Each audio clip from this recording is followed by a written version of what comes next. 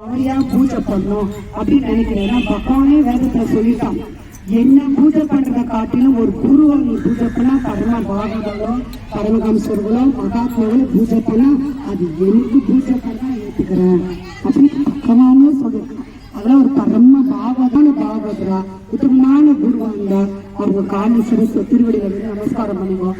அவங்க வாழ்க்கை நீ நல்லா இருஷாமானா நல்லா.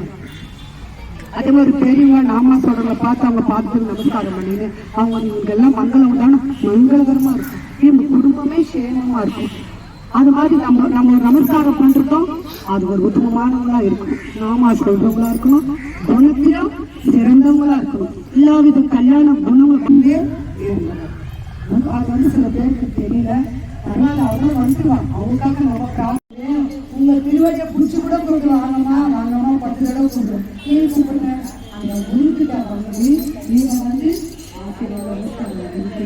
அந்த குரு கடாட்சத்தை நீங்க பரிபூர்ணமா அடையணும். குரு கடாட்சத்தை பரிபூர்ணம்னா இந்த சம்சாரங்கிற துக்கம் நம்மளை விட்டு விலகி போயிடும். இந்த சம்சாரங்கிற துக்கம் எவ்வளவு பேர் வர பணம் காசு கூட 2ஆம் பட்சம் தான். மனசுல சாந்தில எவ்வளவு பேர் தவிக்கிறாங்க. கவலை ஒரு மனசுல போட்டு புதைச்சி வச்சாங்க இல்லையா, அந்த கவலை உங்களை விட்டு போகணும்னாதான் அந்த மன சாந்தி மன அமைதி இருக்கும். அதுவும் பார்த்துக்கணும். அந்த குரு இந்த குழந்தைகளுக்காக வந்துட்டு பகவானுக்கு எப்படி தெரியுமா, அதனால குருக்கு தெரியும். குரு நமக்காக பகவான் கிட்ட